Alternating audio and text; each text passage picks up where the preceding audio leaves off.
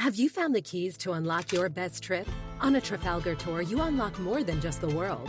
We give you the keys to discover real connections and one-of-a-kind experiences. It all starts with expert itineraries where everything is taken care of. With Trafalgar, your money goes further, and so do you. Unlock your best self. Discover more at Trafalgar.com/unlock. That's TRAFALGAR.com/unlock.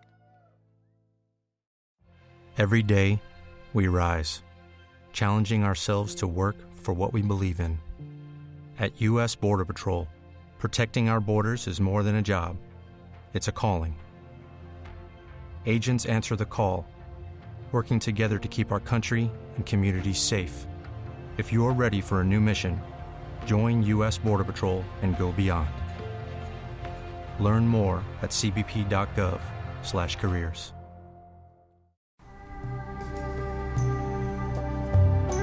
Hi, I'm Scott Chesworth, and welcome to the Ancient World. Episode 23, Captives of Babylon. The ancient city of Haran sat at the crossroads of three once mighty kingdoms. To the southwest lay Damascus, the rebellious Aramaean city-state, long since crushed beneath the heel of Tiglath-Pileser III. To the west lay Carchemish, where the Hittite royal line had endured the loss of their new kingdom, only to fall to the armies of Sargon II.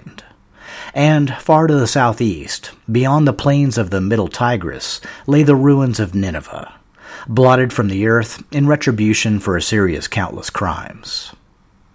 Due to its strategic location and the abundance of trade goods flowing through the region, Haran had long been the plaything of great powers. Captured by Shamshi-Adad, claimed by Mitanni, burned by the Hittites, and retaken by Assyria during their Middle Kingdom. During the long Dark Age, Haran had retained Assyrian ties and been rewarded with diminished burdens of taxation and military service. In 763 BC, anti-Assyrian elements took power, but the free city they established only lasted until Sargon II's reconquest of the region in the late 8th century BC. Nearly 100 years later, defying the vicissitudes of ages and empires, Haran was still strategically located, still strong, and, most importantly, still Assyrian. Which is why the battered remnants of the Neo-Assyrian army, fleeing the destruction of their cities, fortresses, and garrisons, chose the ancient northern city as their rallying point. Senior among them was an Assyrian general and member of the royal family, who'd somehow managed to escape Nineveh's violent and bloody fall. In a bid to inspire his troops, the general took the name Ashur-uballit II, invoking the legend of the king who'd overthrown Mitanni domination to found the Middle Assyrian Empire. He also declared their northern refuge of Haran the new Assyrian capital. There may have even been some hope, among those gathered, of an eventual reconstitution of Assyrian power. Twice before, Assyria had been bested, with its dominion reduced to a single city, and twice it had re-emerged stronger than ever. Who was to say that this time would be any different? Even as he may have nursed such hopes among his troops, Ashur-uballit II likely had few illusions of his own. He'd seen the enemy face to face at Nineveh, and knew that the Babylonians and Medes would stop at nothing short of Assyria's total destruction. The only true hope was an alliance, and the only alliance equal to the task was the one Assyria had fostered with the powerful southern kingdom of Egypt. Over 50 years had passed since Psamtik I had been made pharaoh by Ashurbanipal, and over 40 since he declared Egypt independent. Although Psamtik had backed the losing side during the Assyrian Civil War, Elam had been Shamash-shum-ukin's most prominent supporter, and paid the commensurate price in blood and treasure. Neo-Assyria had emerged from years of conflict diminished, and with little appetite for launching a fresh war against Egypt, particularly against Psamtik's formidable army of Greek mercenaries. The ensuing stalemate had given the pharaoh the opportunity to concentrate his attention on domestic matters. Over the decades that followed, Psamtik oversaw a return to Egyptian stability and prosperity. While continuing to grant most favored nation status to both Anatolian and mainland Greeks, Psamtik also worked to reintegrate the Egyptian economy into that of the larger Mediterranean, which opened the country up to additional outside influences in the realms of both culture and trade. Conversely, Psamtik's reign also saw a great renaissance in local traditions, with many Egyptian art forms harkening back to the styles and techniques of the Middle and Old Kingdoms. The quality of reproduction was such that even today, it's often hard to tell if a given statue or relief is from Psamtik's era or something much, much older. It was only the growing power of the Chaldeans, Medes, and Scythians that drew Egypt's attention back to its Near Eastern frontier. As mentioned previously, Psamtik had been forced to forestall a Scythian invasion in 631 BC. 15 years later, Babylonian encroachments had driven the Assyrian king Sin-Sharishkun to formally seek a military alliance. This wasn't as much of a reach as it might sound. After all, Psamtik did have the Assyrians to thank for both driving the Cushites from Egypt and installing him on the throne. But it's more likely that the pharaoh relied less on sentiment and more on cold military calculus. If Assyria were to fall, how long before the Babylonians and Medes set their sights on the conquest of Egypt? They had to be stopped, now, before they formed their own alliance and... Wait, they just did? Well, damn. It's unclear what aid, if any, the Egyptians were able to render the Assyrians during the short span between the formation of the Babylonian-Median alliance and the destruction of Nineveh. But in 612 BC, as Ashur-uballit rallied remaining Neo-Assyrian forces at Haran, he received a rare and welcome sight. A large body of Egyptian soldiers dispatched by Psamtik I and tasked with helping the Assyrians hold their new northern capital. It wasn't long before joint Babylonian-Median forces arrived at the gates of Haran and settled in to besiege the city. It's not clear whether Nabopolassar or Cyaxares accompanied their armies or delegated mop-up operations to their subordinates while they concentrated on securing other recently won territories. Either way, the defenders of Haran, under the able command of Ashur-uballit II, managed to hold out for the next several years, much longer than Nineveh had lasted under similar circumstances. However, in 609 BC, the city finally fell.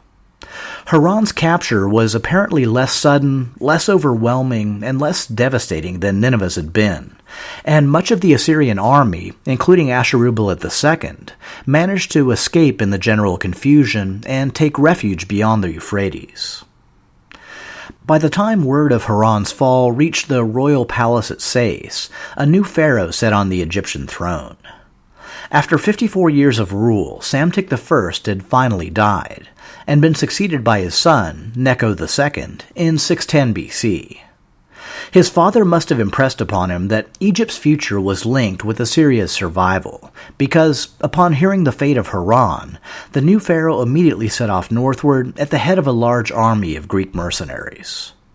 Following in the footsteps of his New Kingdom forebears, Necho's forces marched along the well-trod ways of Horus, with the Egyptian fleet tracking their progress along the coast. When they reached the ancient Syrian city of Megiddo, the Egyptians found their way blocked by a large army. Surprisingly, neither Babylonian, Scythian, nor Mede, but instead under the command of Josiah, king of Judah. Since the heady days of Hezekiah's heroic defense of Jerusalem against the armies of Sennacherib, Judah had suffered under a succession of weak and idolatrous rulers. The first was Hezekiah's son, Manasseh, who reinstituted pagan worship in the Great Temple and permitted Yahweh worship in other high places throughout the kingdom. During his particularly long 55-year reign, he remained a loyal vassal of Assyria, and even provided support for Ashurbanipal's campaign against Egypt. His son Ammon, supposedly named after the Egyptian god Amun, was unsurprisingly also a pagan, and apparently ramped up his offensive idolatry to such a degree that he was assassinated in 640 BC after ruling for only 2 years. Enter his 8-year-old son, Josiah. A decade into his rule, Josiah declared himself a reformer in the style of Hezekiah by giving the Great Temple a thorough undefiling, including, and I only wish I could make this stuff up, destroying the living quarters of all the male cult prostitutes. Yeah, you might want to do that. He also made an effort to compile early Hebrew scriptures and supposedly managed to return the Ark of the Covenant to the temple. Okay, so far so good. When it comes right down to it, it's hard to get a handle on exactly why King Josiah decided to block Necho II's march to Haran. A few factors were likely at play. The first was Josiah's hatred of Assyria and strong desire not to see its remnants reinforced by the Pharaoh's armies. The second was the possibility of a secret military alliance recently forged between Judah and Babylonia. The third, and possibly most important factor, was Josiah's belief that in the aftermath of Psamtik's passing, Egypt would be weak. Even back in Hezekiah's time, the Judean king had denigrated Cushite Egypt as a broken reed. If that was true back then how could a mere Assyrian-installed puppet pharaoh, leading a ragtag band of foreign mercenaries, hope to overcome the armies of Yahweh on their own soil? Yeah, well, except that's pretty much exactly what happened. After a short and brutal conflict, the Judean army was defeated and King Josiah lay dead on the field, slain by Egyptian archers. With no time to capitalize upon his victory, Necho II merely pressed on northward, eventually joining up with Ashur-uballit at Carchemish, just west of the Euphrates. In 608 BC, the combined armies crossed the Euphrates, making Necho, incidentally, the first pharaoh to do so since Thutmose III over 800 years earlier, and launched a joint assault to retake Haran from the Babylonians and Medes. I'm not going to sugarcoat this one. They failed. They failed spectacularly. They failed to such an extent that Ashur-uballit's name forever disappears from the history books. It wasn't exactly the end of Assyria, but you could certainly see it from there. Necho II survived the battle and retreated with his army back to Jerusalem. After Josiah's death, the Judeans had chosen his son, Jehoahaz, as their king. In a vengeful mood, Necho deposed Jehoahaz in favor of his older brother, Jehoiakim, and extorted almost 100 tons of silver from the kingdom. Jehoahaz was carted off with Necho's army and would eventually die in exile in Egypt. After the second defeat at Haran, the last Egyptian-Assyrian stronghold in Syria was the ancient city of Carchemish. Necho II soon returned there with his remaining forces and began challenging Nabopolassar's control over a number of key Syrian cities. The two armies repeatedly clashed over the next 3 years, during which control of Neo-Babylonian forces increasingly passed to the crown prince, Nebuchadnezzar II. When Nabopolassar died in 605 BC at the age of 53, Nebuchadnezzar returned to Babylon to be installed as king. His first action upon taking the throne was to gather his armies and lead them back northward in a massive assault against the stronghold of Carchemish. The city's defenses collapsed under the withering assault. In the battle's aftermath, the final Assyrian holdouts were captured and executed, and Assyria ceased to exist as a regional entity. The empire it had built, slowly, over centuries of ruthless conquest and oppression, passed virtually intact into the hands of the new Chaldean king. Unfortunately, to the Near Eastern population at large, this signal transition would be perceived as little more than a shift in power centers, while their day-to-day lives remained essentially unchanged. In fact, Herodotus would report over a century later, Assyria possesses a vast number of cities, whereof the most renowned and strongest at this time was Babylon, whither, after the fall of Nineveh, the seat of government had been removed. But for Necho II, the shift was seismic. Any realistic hopes of restoring Egyptian control over the Levant were buried at Carchemish. In the wake of their victory, Nebuchadnezzar's armies relentlessly pursued the pharaoh southward, through Hamath, then Judah, and finally all the way to the Egyptian frontier at Pelusium. The Chaldean king wasn't prepared to invade the southern kingdom, at least not yet, but he'd clearly made his point. Thereafter, Necho II would scale down his Levantine ambitions and instead, like his father, align Egypt's future with the growing power of the resurgent Greeks. Over the 10 remaining years of his reign, Necho undertook a number of major efforts to strengthen Egyptian power, prestige, and military preparedness. To foster greater trade between the Mediterranean Sea and Indian Ocean, he initiated a project to cut a navigable canal from a branch of the Nile through to the Red Sea, an early precursor of the Suez Canal. He also used a steady influx of Greek migrants to help him develop Egypt's first real deep-sea navy, an action long deferred due to the innate Egyptian fear of the ocean, and soon had warships operating along both the Mediterranean and Red Sea coasts. So far, so good, but get ready to have your mind totally blown. Around 600 BC, according to the Greek historian Herodotus, Necho II sent out an expedition of Phoenicians who sailed from the Red Sea entirely around the coast of Africa, returning through the Pillars of Hercules to the mouth of the Nile, after a voyage of 3 years. If true, and there's a decent chance it may be, they performed a feat that would not be repeated for over 2,000 years. And that, my friends, is reason number 1 why the Phoenicians are seriously badass. But now back to our story. While the Babylonians and Medes had combined their forces and united their ruling families in order to destroy the Neo-Assyrian Empire, their paths diverged after the deed was accomplished.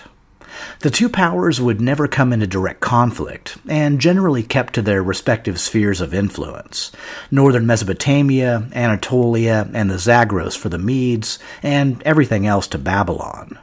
But aside from that, the priorities of their respective rulers, and the peoples they led, could not have been more different. Cyaxares had come down from the Zagros Mountains first and foremost for revenge and plunder, and had received both in full measure. The loosely organized mountain tribes who followed him into battle had no interest in any larger geopolitical aims, and captured Assyrian cities and fortresses were left abandoned after they'd been plundered. The only city the Medes held onto, Haran, was likely considered a convenient jumping-off point for further raids into Anatolia. Nebuchadnezzar II, on the other hand, wanted nothing less than to establish the greatest and most powerful empire the world had ever known. And, just like Neo-Assyria, he knew that the key to imperial wealth, power, and sustainability was access to Mediterranean resources and trade. That was why Carchemish had to be taken, and Necho's forces rolled back to their homeland.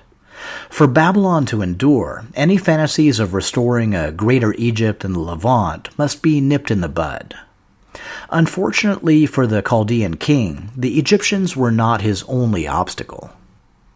If you've learned anything over the course of this podcast series, aside from a crazy assortment of king names, it's probably that the Levant was a notoriously difficult territory to govern. Most states of the region had likely slipped out of Assyrian control at the first signs of weakness, as early as the latter part of Ashurbanipal's reign, and were far from eager to return to the imperial fold. A year after the Battle of Carchemish, Nebuchadnezzar returned to the region in a major show of force, and commanded tribute from Damascus, Sidon, Tyre, and Jerusalem. He also made an example of the one city that rose up in revolt, Ashkelon, by having it destroyed. For the local powers, there was no mistake. Life under Babylonian rule was starting to smell a lot like life under Neo-Assyria. For the next few years, the Chaldean king warred against the Scythians and Cimmerians. Yes, the same tribes who'd helped him to capture Nineveh. Because rampaging nomadic warriors are great to have in the mix when you're trying to bring down an empire, but not so much when you're trying to govern one. In 601 BC, Neo-Babylonian forces approached the Egyptian frontier where they fought a major battle against the pharaoh's armies. The outcome was inconclusive. Egypt managed to extend her border to Gaza, but Nebuchadnezzar had succeeded in reasserting Babylonian control over the rest of the Levant. In 599 BC, Chaldean forces warred against the Arabs of Kedar. In 597 BC, it was back to the Levant yet again, this time to deal with a rebellion in Judah. After the taking of Carchemish, the newly installed Judean king, Jehoiakim, had prudently switched his allegiance from Necho, who'd installed him, to Nebuchadnezzar. Then, in 598 BC, against the express wishes of his most prominent buzzkill prophet Jeremiah, Jehoiakim decided to declare for Egypt again and stop paying tribute to Babylon. After all, Hezekiah had defied Assyria back in the day, and things had worked out okay for him, right? Can I get an amen? Anyone? Nebuchadnezzar's armies had hardly arrived at the gates of Jerusalem before the Judean king just up and died, or was killed. It all gets a bit confusing. Surprisingly, throwing the dead king's body out over the wall was not enough to appease the Chaldeans, but, nice try. With Neo-Babylonian forces now besieging the city, Jehoiakim's son, Jeconiah, was declared king. He was either 8 or 18 at the time. Again, confusing. But I guess 10 years probably doesn't make much of a difference when you're staring down the most powerful army in the Near East. It may not surprise you too much to hear that 3 months later, on March 16, 597 BC, Jerusalem fell to the forces of Nebuchadnezzar. In a fairly mild response from a Near Eastern conqueror, Nebuchadnezzar settled for hauling off Jeconiah, the rest of the royal family, and 3,000 other prominent citizens to Babylon, with the intention of assimilating them all into Babylonian society. In his place, he installed Jeconiah's uncle, the 21-year-old Zedekiah, as king of Judah, and tasked him with resuming the kingdom's regular tribute payments. 2 years later, in 595 BC, the pharaoh Necho II of Egypt died, and was succeeded by his son Psamtik II, who would pack a lot of activity into his short 6-year reign.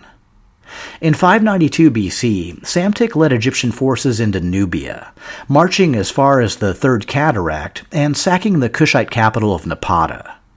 A few of his Greek and Carian mercenaries left some famous graffiti on the statue of Ramesses II at Abu Simbel, while the rest of the army spent their time looting temples, defacing the statues of Nubian kings, and removing inscriptions from local monuments. The Egyptian military foray prompted the Nubians to relocate their capital southward to Meroe, between the 5th and 6th cataracts of the Nile. The Meroe civilization they'd build there, beyond the reach of Egyptian interference, would eventually become a major ironworking center in tropical Africa, and would grow rich and powerful through trade as well as large local deposits of gold.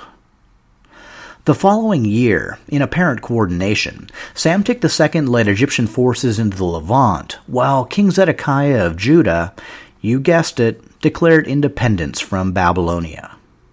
At this fresh provocation, Nebuchadnezzar seemed to have finally decided that minor acts of assimilation just weren't going to cut it. And maybe, just maybe, there was something to be said for the more straightforward Neo-Assyrian approach. In 589 BC, Neo-Babylonian forces again surrounded Jerusalem. This same year, Psamtik unexpectedly died and was succeeded by his son Apries. The new pharaoh sent an army to break the siege of Jerusalem, but it was easily crushed by Neo-Babylonian forces, a demoralizing blow that led to mutiny in at least one Egyptian garrison. With the Egyptian defeat, the Judeans saw their hopes quickly fading. But perhaps anticipating a more severe outcome this time around, they also redoubled their efforts to hold the capital. The Bible records that during the siege, every worst woe befell the city, which drank the cup of God's fury to the dregs. In the end, Jerusalem managed to resist for 18 months before it finally fell to Nebuchadnezzar's armies. Zedekiah and his followers attempted escape, but were captured on the plains of Jericho. The Bible records that they took the king and brought him up to the king of Babylon at Riblah, in the land of Hamath, and he pronounced judgment on him. Then the king of Babylon killed the sons of Zedekiah before his eyes, and he killed all the princes of Judah in Riblah. He also put out the eyes of Zedekiah, and the king of Babylon bound him in bronze fetters, took him to Babylon, and put him in prison till the day of his death. The city itself was looted, burned, its walls broken, and Solomon's temple razed to the ground. Thousands of Hebrews were deported en masse to Babylon, while others fled to the relative safety of Egypt. Judah was converted into a Neo-Babylonian province, and Nebuchadnezzar installed a puppet governor along with a local military garrison to keep order. This was the famous Babylonian captivity of the Hebrews. It was also the primary reason that their later influential scriptures portrayed Babylon as a den of luxurious decadence and unnatural vice. In reality, Babylon was no more or less deserving of that reputation than any other major Near Eastern city of the age.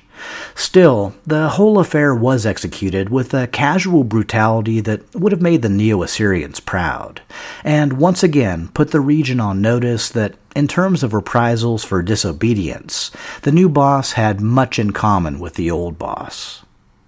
For notoriously independent Phoenicia, this was very unwelcome news. The proximity of the Chaldean army had prompted Tyrian tribute to Nebuchadnezzar back in 604 BC, but by 585 BC, under their latest king Ithobal III, they had apparently decided that enough was enough, and entered into rebellion against Babylonia. Like I mentioned earlier, this was the last thing Nebuchadnezzar could afford. In response, the Chaldean king maintained a near 13-year siege of the city, one of the longest recorded in the ancient world. Eventually, in a very un-Assyrian move, a compromise was reached.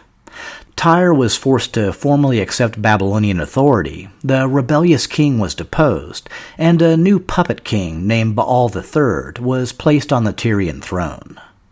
On the upside, and in stark contrast to Ashkelon or Judah, the city was spared any further reprisals. By 572 BC, Nebuchadnezzar II was in full control of southern Mesopotamia, Syria, the Levant, northern Arabia, and parts of Anatolia. While he would continue to spar with Egypt during the remainder of his reign, the secure borders he'd established allowed him to devote time and energy to one of his chief priorities, the religious and cultural revival of southern Mesopotamia, and, in particular, the restoration of the ancient capital of Babylon to its former glory and beyond. Meanwhile, northern Mesopotamia, the former Assyrian heartland, was left war-ravaged and depopulated to fend for itself with the meager resources available. Farther north, Cyaxares, leader of the Medes, had also turned upon a former ally and engaged in a systematic conquest of the lands of Urartu. Between 600 and 585 BC, no less than 3 Urartian kings fell to Median arms. With the death of the last ruler, Rusa IV, in 585 BC, the Urartian kingdom, former rival of the Neo-Assyrian Empire, joined its old enemy in passing from the earth and into the realm of legend. During the last 5 years of this conflict, Cyaxares had also been contending with a new enemy in the west, the Anatolian kingdom of Lydia. A century before, King Gyges had been compelled to convert Lydia into a major military power in order to defend his kingdom against Sumerian raiders. Upon his death in battle, the throne passed to his son, Ardys II, who spent much of his long 30-year reign warring against the Ionian Greek cities of Miletus and Priene. His son and heir, Sadeates, who ruled during the collapse of the Neo-Assyrian Empire, also fought a 12-year war against Miletus. It was only through the inspired leadership of the city's tyrant, Thrasybulus, an ally of the Corinthian tyrant Periander, that Miletus was able to preserve its independence in the face of near-constant Lydian aggression. The next Lydian king, Alyattes, was gearing up to start another war against Miletus. Man, they really did not like that place, when events in the east finally drew his attention. Aside from their other roles, Neo-Assyria and Urartu had always served as intervening buffer states between the peoples of the Zagros Mountains and Anatolia. With both entities destroyed, there was no longer anything preventing the Medes from seeking fresh conquests in the west. Taking his own armies east to meet them, King Alyattes fought the first battle against Cyaxares around 590 BC. 5 years of near-constant warfare followed, with neither side able to strike a decisive blow. On May 28, 585 BC, the Lydians and Medes fought a major battle along the Halys River, the traditional boundary between Asia and Anatolia. As in most of their previous conflicts, the two armies were evenly matched, and neither Alyattes nor Cyaxares could gain the advantage. Suddenly, the sky above the battlefield was darkened by a total solar eclipse, which seemed, to all parties, like a pretty good excuse to call it a day. In a surprise move, King Nebuchadnezzar II was summoned from Babylon to help broker a peace.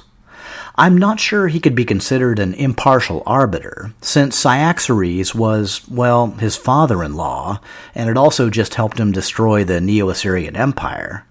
But surprisingly, his proposed solution, establishing the Halys River as their common frontier, met with agreement from both sides. Of course, the Chaldean king also wanted some minor payment for his services, and took it in the form of the Anatolian kingdom of Cilicia, which he occupied and fortified as a buffer state, just in case things ever went sideways up north. Shortly after the battle, King Cyaxares of Medea died, and was succeeded by his son Astyages. Along with being Nebuchadnezzar's brother-in-law, you might know Astyages as the maternal grandfather of Cyrus the Great. So yes, the Persians are very much in the on-deck circle. And as part of the earlier peace treaty, Astyages had been married to Arianis, daughter of King Alyattes of Lydia, and sister of the future king Croesus, as in rich as. Yes, the names, they're all starting to sound a little more familiar. So let's leave things in a rare happy place this week, with everyone married to everyone else and no one trying to kill one another. Soon they'll all be trading snippy correspondence and demanding lavish gifts for their new palaces. Good times. Next episode, I want to focus on other aspects of the major civilizations of the early 6th century BC. I want to cover Nebuchadnezzar's Babylonian renovations, the monumental construction projects of the 26th dynasty pharaohs, the spread of Zoroastrianism throughout Media, the super influential monetary innovations of the Lydians, and the equally super influential philosophical innovations of their neighbors, the Ionian Greeks. I'd also like to bring us up to date with the Greek mainland, as well as with Rome and Carthage. With a little luck, hopefully I can touch on all of this next time on The Ancient World.